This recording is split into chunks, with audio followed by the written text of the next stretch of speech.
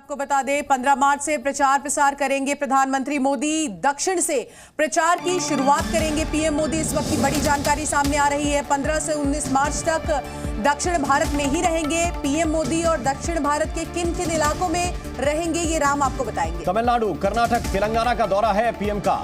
15 से 19 तारीख तक तमिलनाडु, कर्नाटक, तेलंगाना में रहेंगे। आंध्र प्रदेश में चंद्रबाबू नायडू के साथ उनकी जनसभा का कार्यक्रम है। लगातार रैलियां हैं। जानकारी यह है कि तकरीबन अगर दक्षिण भारत की बात करें तो पूरे चुनावी कैंपेन में 40 के आसपास सभाएं दक्षिण भारत में प्रधानमंत्री कर सकते हैं। बिल्कुल राम, इस बड़ी खबर पर हमारे साथ हमारे सहयोगी रविंद्र जुड़ गए। रविंद्र, लगातार ये बात चल रही थी कि बीजेपी एनडीए कोशिश करेगी दक्षिण को साधने की, और आप देखिए कि कैसे ये प्रचार प्रसार की शुरुआत ही दक्षिण से हो रही है।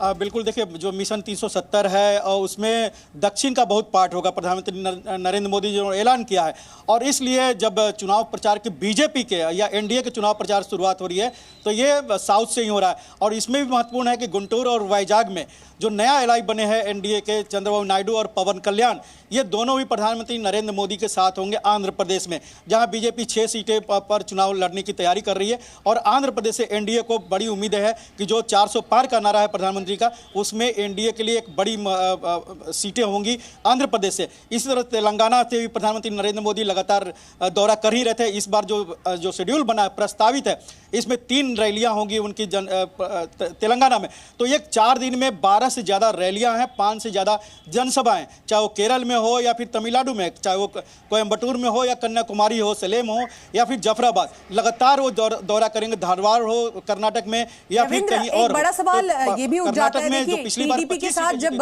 वापसी हुई है एक बार फिर से, 2014 में इन्होंने साथ चुनाव लड़ा, फिर 2019 में अलग हो गए, उसके बाद अब एक बार फिर से साथ है। तो कहीं ना कहीं एक साथ भी दिखाने की कोशिश की जा रही है कि हम अब एक बार फिर से साथ है, तो शुरुआत क्यों ना आपसे की जाए। अब बिल्कुल यही है कि एनडीए का दायरा ही बढ़ा है और एनडीए के जो घटक दल नए नए शामिल हुए हैं उनका जनता में एक पोस्टिंग भी करना है। क्योंकि आंध्र प्रदेश में एक परसेप्शन बना हुआ था पिछले 5 साल से कि बीजेपी या प्रधानमंत्री नरेंद्र मोदी जगन मोहन रेड्डी से काफ़ी करीबी है, और इसलिए इस परसेप्शन को भी तोड़ना है। जब प्रधानमंत्री नरेंद्र मोदी चंद्रबाबू नायडू और पवन कल्याण के साथ वहाँ संयुक्त रैली करेंगे गुंटूर और वाइजाग में, तो एक परसेप्शन। रविंद्र आप हमारे साथ रहिए। इस वक्त एक और बड़ा अपडेट यह है कि कई नए चेहरे कर्नाटक में उतार सकती है बीजेपी। कुछ मौजूदा सांसदों के टिकट भी काटे जाएंगे। सूत्रों के हवाले से यह भी बड़ी खबर। बीजेपी कर्नाटक में कई नए चेहरे लोकसभा के चुनाव में उतारेगी। कई मौजूदा सांसदों के टिकट काटे जाएंगे। बिल्कुल, और बीजेपी ने साफ कर दिया है कि जो भी विवादित बयान देगा या जो परफॉर्म नहीं कर रहा है उन्हें मौका नहीं दिया जाएगा। अलग अलग जगहों पर आप देखिए किस तरह से कई लोगों के चुनाव नहीं लड़ने की भी बात कही जा रही है। नए चेहरे उतारेगी बीजेपी।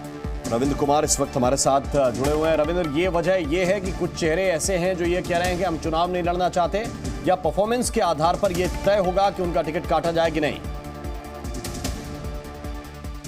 वही मैं बात है कि पिछली बार 25 सीटें वहां जीती थी, अब जेडीएस के साथ वहां समझौता है। पार्टी को अगर मिशन पूरा करना है, अपना वहां उसे पाना है, तो कर्नाटक में 25 से 25 सीटें जीतनी होगी, उसका दायरा बढ़ाना होगा। और इसलिए जो 70 पार जो है, चाहे रमेश जिंगानी हो या फिर जीएम सिद्धेश्वरा है जिनकी 77 साल की उम्र है, इन दोनों का टिकट कटने की संभावना जताई जा रही है। सदानंद गौड़ा जो पूर्व मुख्यमंत्री है, वहाँ के जो केंद्रीय मंत्री थे, उन्होंने खुद ही कहा कि वो चुनाव नहीं लड़ेंगे। अनंत हेगड़े को लेकर भी इस तरह की परेशानी है, वो चुनाव, उनके बयान आपने देखा होगा सार्वजनिक तौर पर। इसी तरह से उदासी एक सांसद हैं, वो भी चुनाव नहीं लड़ने की बात कहें। तो कहीं ना कहीं वहां पर कर्नाटक में पार्टी लगभग तैयारी कर चुकी है कि वहां पर नए चेहरे को मौका दिया जाएगा।